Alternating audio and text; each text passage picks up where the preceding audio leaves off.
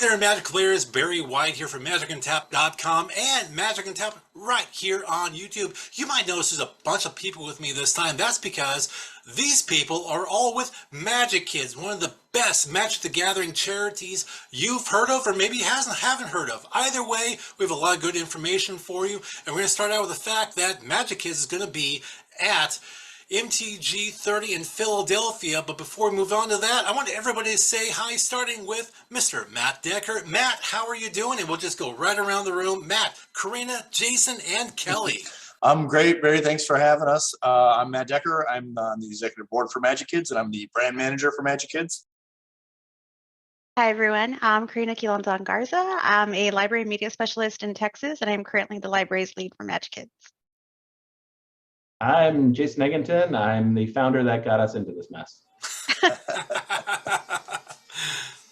Everyone, my name is Kelly Schrant. I'm the education lead for MagiKids.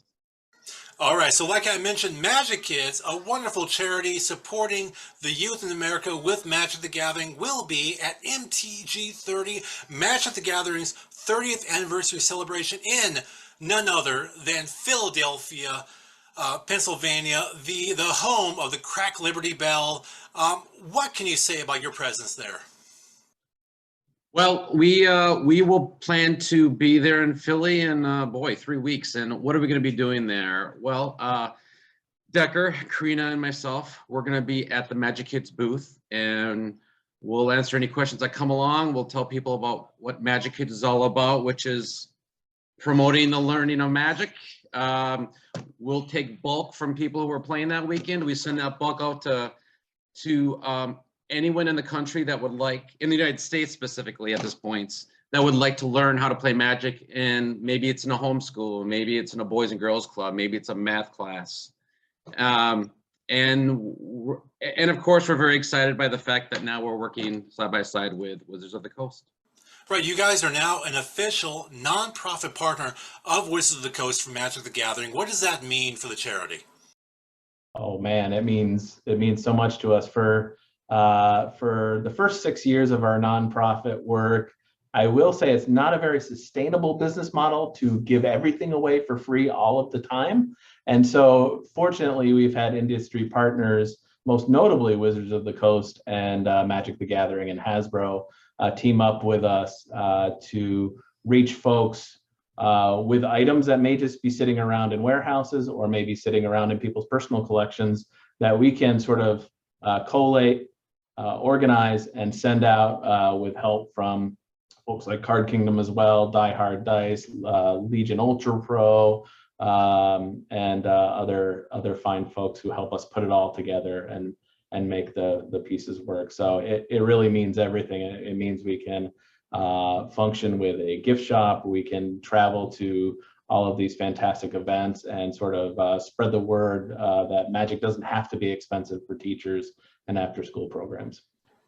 Now, Kelly, you mentioned at Philly that you can collect bulk. What do you mean by bulk, collecting bulk at MTG 30 in Philadelphia? Well, there will certainly be people playing the game there competitively. Well, one would hope people will be playing the game there, yeah. Yeah, hopefully. And a lot of those people, they already have the cards that they're working. They already have the cards that they're playing with. They may not want to bring extra home. So, and sadly enough, sometimes that bulk is just thrown into the trash. And what we'd love to do is have that be given to us so that we can send it out to those around the United States to teach them how to play. And another fan favorite that we have at conventions is if there's like a boyfriend or girlfriend out there that's being drug along to a tournament, that never happens. To us, never and happens. We can teach them how to play Magic the Gathering. Yeah, we're gonna have a big learn to play presence at Philadelphia. So we'll have tables and chairs. We're ready to kind of teach, and like I said, we want to make sure that we can get Magic into the hands that anybody who wants it. So at MTG 30 in Philadelphia, besides just being able to dump off the bulk and maybe have a tutorial on how to play, if people come up to the MagiKids booth at the convention over the 3 or 4 days the convention is happening here in mid-February, is there anything else that people experience players, pro players, novice players? What are some other things that they can experience with MagiKids at their MTG30 Philly presence? Yeah, well, I'll start it and then I'll hand it over to Karina. But what they can expect is more of an experiential feel to these Magic 30 fests. And that hasn't, frankly, always been that way. Sometimes it felt like the decor could use a little sprucing up. Well, thanks to Reed Pop and some other partners who are helping with the decor and the experiential piece, we can actually be a presence and a go-to place for people who may not want to grind side events constantly, or maybe they scrubbed out of the main event and they just kind of want to relax. Maybe they want to play a little Oathbreaker or a little Jumpstart. And those are two things that we have at the booth pretty much at all times, because we help co-create the Oathbreaker format. And there's been a recent shakeup. You may have heard from Tolarian or Mark Rosewater that there's a major shakeup coming with Magic after 30 years. It may have something to do with planeswalkers. It might have something to do with legendary creatures or permanents. And we believe that Oathbreaker may be a part of that. We, of course, can't spoil everything, but we can say that Oathbreaker is being evaluated by folks in industry, and we expect something big for Oathbreaker in Q3 of 2023. Really? Well, tell me, you brought that up. I have to ask, what are we looking forward to with Oathbreaker in 2023? Well, as many people know, this was a format that we sort of created. It started with Commander and kind of stripped it down to make it faster, lower to the ground, so we could selfishly get our lunch break in and then get back to work, instead of just having a half-played game of Commander. So we've been fortunate to be connected to folks in industry and people at Wizards of the Coast who are interested in where Oathbreaker could lead. And so we've, backed by popular demand, we've created a Liliana Death's Majesty deck for 2023 as part of our Villains series for Oathbreaker. It's meant to be affordable. It's meant to be quick. It's meant to be for people maybe newer to Magic, because we include Oathbreaker information with every kit we send out across the nation. Okay, well that's some pretty cool stuff to look forward to with Oathbreaker, and I'm so happy that MagiKids will be at MTG Philly here middle of February. Now, if somebody wants to support MagiKids, how can somebody do that if they don't go to Magic 30? That's a great question. I guess they could definitely visit the MagiKids website, where there is a form and also information on where to donate decks. But if they're wanting to learn about how they can get Magic into their organizations, there is a form that you can apply to get free kits that are assembled by the MagiKids team. So my job as libraries lead is really just to kind of bring awareness to different educational institutions, whether it's libraries, school libraries, public libraries, boys and girls clubs, literally any educational institution or anybody that works with kids, to promote Magic the Gathering in their spaces and different ways that they can attract new patrons, engage existing ones, and kind of foster a sense of a community within their spaces. Now, Karina, you talk about these kits. Tell me a bit about what's in these kits, and also how can somebody sign up to receive one of these, and how do they qualify? Okay, so I love this question because I geek out anytime somebody asks me what they could potentially get in a kit. I work with a lot of librarians, right? So the first question is, what am I getting for free and how can I use it? We love free. Right? Who doesn't? Who doesn't, right? So the kit basically comes with a whole bunch of cards, right, that kids can use to assemble their own decks. Some deck cases, some sleeves, some dice, some mats in some cases, and even some directions on exactly how you can start to play. So if anybody's interested in, I guess, applying for these kits, it's completely free, yes, but to qualify, they just have to specify that they're part of an organization that works with kids, and that's basically it. Kind of fill out the form, specify how you are going to include these kits in your spaces, and what you hope to achieve, what you hope to gain as part of this program, and I guess your vision for the programs that you're wanting to implement. Now, so a little bit about me. When I was in high school back in the mid to late 90s, sorry guys, I'm old, I started my own Magic the Gathering club at Bonanza High School in Las Vegas, Nevada, and it was basically just an excuse for all of us to get together after school and play. If there is somebody in a high school or a junior high who wants to put together their own Magic club within the school, can they reach out to MagiKids as well as a way to get Magic into their school with their classmates and with, of course, a teacher or librarian or somebody backing them up? Yeah, Definitely. our wiggle answer is you can always apply, and we encourage people to apply. And even if we turn down, let's say, a high school junior who's like, I think I might want to like start a club, but I don't really know how. And then, so sometimes those won't be accepted, and we sort of give them pointers on, like, once you've established a club, or once you've talked to maybe a faculty member or a staffer who's supervising the program, you might have a better chance at being able to like define and describe your program and promote your program. And so some folks just haven't kind of thought it through, and we really like to see that. Other folks are like maybe high school seniors or college freshmen who have already identified people. They have 30 people in their group. It's a fairly robust group. They've already chipped in their own bulk. They've already started bringing odds and ends that they're not using at home. And that's something that we like to be able to provide, that educational service, so sort of like, not unlike Scholastic Book Club, if you remember back in our day, Barry, we can say. I have a 5-year-old. We have bought books from them. They still my do it. 5-year-old. Yeah, they it's still still do it. going. It's still going. Right. So it was always a beautiful day when that big box came and had Scholastic on it. And so that's exactly the feeling that we want to create in young folks, is having something to look forward to. But we all know here on this call what facets of education are kind of baked into the game. So, so we know who MagiKids benefits, how to get into it as maybe an educator or a community organizer, but now how can somebody who is outside of that realm, just a normal Magic player, how can they benefit MagiKids? How can they help? If they watch this video and they're like, you know what, I have a bunch of bulk at home, I have extra play mats, how can they help?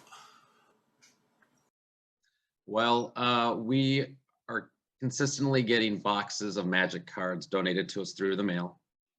And so Jason just loves going through all that bulk and finding cards that not only can we send out to classrooms throughout the US, but we also have some that we can potentially get for like store credit from places throughout the US, and bringing cards that we could sell to others or bring the money right back into the sending out to MagiKids. Yeah, we all know that every Magic player and every Magic collector has boxes and thousands of bulk cards, but they don't want to throw them away. This is kind of a way for that, those things to be repacked and start a new life as this educational resource. Now, if somebody donates cards, playmats, deck boxes, dice, well, whatever, anything relevant to MagiKids, is it just a handshake, thank you very much, or is there some sort of a tax benefit or a rebate or anything that supporters can have for donating and supporting the MagiKids? Yeah, so we always encourage folks to shoot us an email ahead of time, because that gives us an opportunity to sort of coach people on the most economical way, both time and money wise, to get us the cards. So in our case, it's almost always USPS flat rate boxes, the large ones that can hold about 5,000 to 6,000 cards. We encourage people to wrap, bag, and or box the cards so that they're not sloshing all over the place. And they also makes it easier to process. Still at this point, it's all by hand. So we really appreciate anything that people can do in that way. And then I'm sorry to say that the IRS considers fair market value not to be you as a little Card Kingdom, for example. You are not Card Kingdom, so you cannot claim that each card is worth 25 cents on your taxes. Unfortunately, it's as is at arm's length. And what that, without getting too boring in IRS speak, it's about $3 per thousand is the tax benefit that's generally understood as a donation. So you're not going to be a victor on your tax form by helping us out. We hope that you would donate it just to clear off your space, as Kelly likes to tell our gift shop visitors, and obviously to help us out, help us in our mission. That being said, people have donated, substantial collections before, and that rises maybe over that $500 kind of threshold where they need to itemize something for the IRS. So all of those details we like to send via email in an email conversation rather than just kind of hand out generic forms at places like Philly. So if for some reason, if somebody donates 1,000 random cards, whatever. But if somebody for some reason decides, hey, I have this Judge Foyle Yawgmoth's Will that's worth like $850, they can still donate that and write that single card off, correct? Yes, we've gotten everything from bulk to Gaia's Cradle. So we've received cards that are in the hundreds of dollars. We received a foil shattered glass transformer the other day. It's about $300. So it can and does happen, and we encourage people to talk to a tax professional. We are not a tax professional, but we can give you a receipt, much like Goodwill does, when it's essentially a blank receipt with our basic information on it, and then you can use that with your tax professional to file the appropriate stuff. Matt, it looks like you had something to add to that. Well, I was just going to say the feel-good benefits are high every time. So that doesn't matter what you donate, it feels good every time.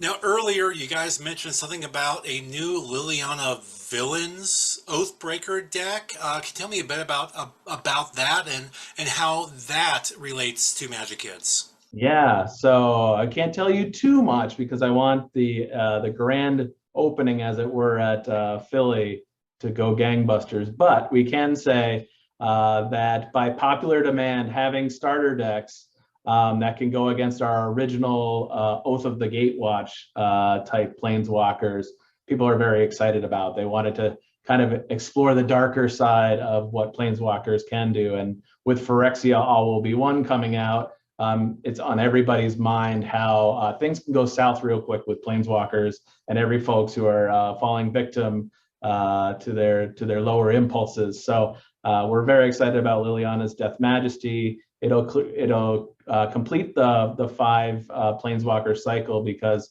she's using Liliana's Triumph as her signature spell. And so now all of the Triumph spells are in our kind of starter suite of 5 decks, the 4 starter decks from 22 and this first villains deck from 2023. So they play very well against each other. I've played probably 25 games with the new Liliana deck. It's addictive. It's great dumping stuff into your graveyard, pulling it back out. You haven't lived until you've brought Meteor Golem onto the battlefield 3 or 4 times in a game. It's great. That would definitely make an impact in the game. 3 or 4 meter golems would make an impact. Now, I know our friends over at the podcast and YouTube channel, Good Luck, High Five, are going to have a full deck preview, I believe tomorrow, the final day of January. But is there a card or two you can kind of pre-spoil and let them have the rest of the deck? Sure, I can give you the main theme. So when you go to oathbreakermtg.org, you'll be able to see the full list very soon, probably sometime around February 1st or so. I can tell you that Liliana likes zombies, right? So you'll probably see a couple zombies in the deck. The nice thing about Liliana Death's Majesty is she not only has the ability to create zombies and self-mill, she also has the ability, there it is. That's all you get.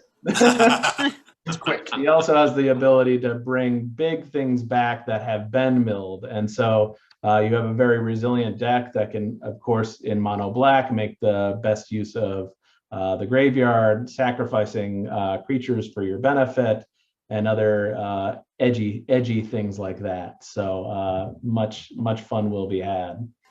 And now, how does that deck benefit MagiKids? It's one thing to put out an Oathbreaker deck, but Yeah. where's the benefit for the charity? Sure.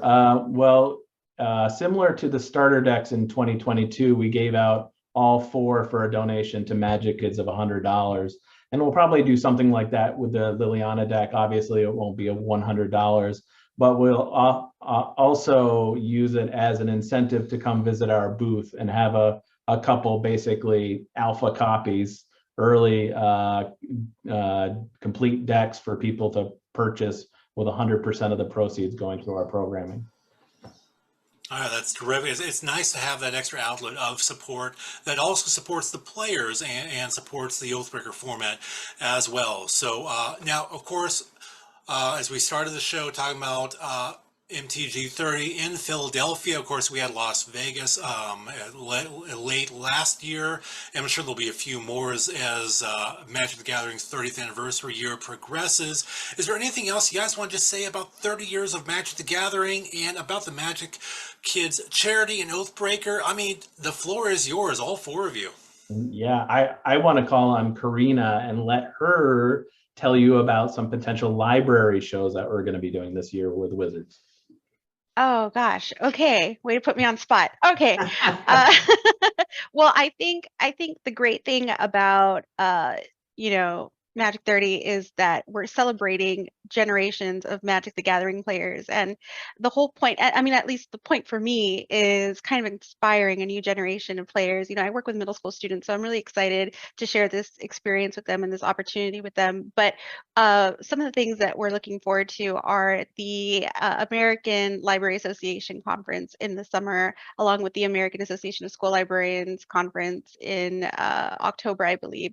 So it's just a way to help not just librarians, but different educators or anyone who works with kids to promote Magic the Gathering into reading groups, educational programs, whether it's, typical hosting Magic the Gathering tournaments and clubs, or incorporating and educating people how they can incorporate MTG into existing reading groups by, choosing different books and comics that feature MTG lore. Sorry, that's my kid. Or, helping pretty much different organizations partnering with even local game stores and hosting events, just coming up with different ideas that go beyond just hosting a tournament, but how it fits into the curriculum, how it fits into their day-to-day lessons, offering MTG as an educational tool and resource, such as rule books, creating strategy guides, online tutorials that can be available to patrons for research or personal use. So these are some things that are on the vision board that hopefully we can get out soon, and hopefully anybody can make use of them.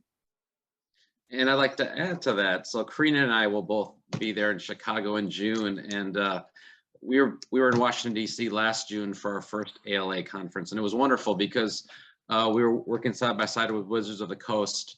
They were promoting some education curriculum they had for D&D, and how many people our age would come up and say, I've been playing this since high school, whether it was D&D or Magic. And so it was really nice to see them coming back, and they were excited to see us on the floor. And so if anyone else out there knows of any maybe media specialist, librarian that's going to a future conference, there's 3 of them coming up this year, to check us out. We'll be there and we can teach you how to play. Yeah. I had 7 librarians wrapped around a table with me, and I was teaching them all how to play, and anywhere from, I may be 47 and there may be people much older than me, and there are people much younger than me, and we were all having a great time playing Magic the Gathering for the first time. So, and I think it's important to consider that, I mean, hopefully everyone, has been a student at one point or another, and even if they're not in education, just helping us share a love for Magic the Gathering. And if there's anybody that's going to be there in February who is an educator, come and talk to us about how we can fit this in, cross-curricular ways, whether it's coming up with ideas of how we can do historical and cultural analysis with the game theory and strategy, world building through creative writing, role playing and simulation, or even talking about the ethics and morality, right? Just different ways that we can get this into schools, libraries, or different teaching institutions would be awesome. Okay, so where can somebody, if they see this and they're like, this is cool, where do they start? Where's a good place for them to start online? Well, we like two places. Obviously, MagiKids.org, MagiKids.org. Yay, I got it right on the first try this time.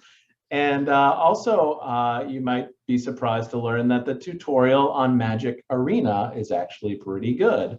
So if folks want to play online, obviously we love to see kids interact with one another and play in paper, but in a pinch, it's a great resource for teachers, librarians, and other group leads who may be less familiar with Magic, just to get kind of a quick stylized overview of what the game is and does, the use of resources and that kind of thing. So those are the two major sources, but of course we prefer MagicKids.org as your first place to go to learn about our sort, build, play curriculum and our other models of play and interaction. All right, well, Jason, thank you very much for that. And Matt, Karina, Kelly, and again, Jason, thank you so much for your time. It's wonderful to talk about Magic Kids. You guys are really doing a wonderful job of using Magic the Gathering to help people not who maybe wouldn't be able to afford the game, but people who might not even know about the game, and use that as a way for community building and just self-growth. I think it's wonderful. Thank you so much for what you guys do. Thank you, Barry. Appreciate it. All right, so that's it for us here on Magic Untapped with the Magic Kids charity, the whole group of them. Again, they do wonderful work. Thank you very much for watching. I am Barry White here from MagicUntapped.com and Magic Untapped on YouTube. All you Magic players have a great day. We'll see you in Philly.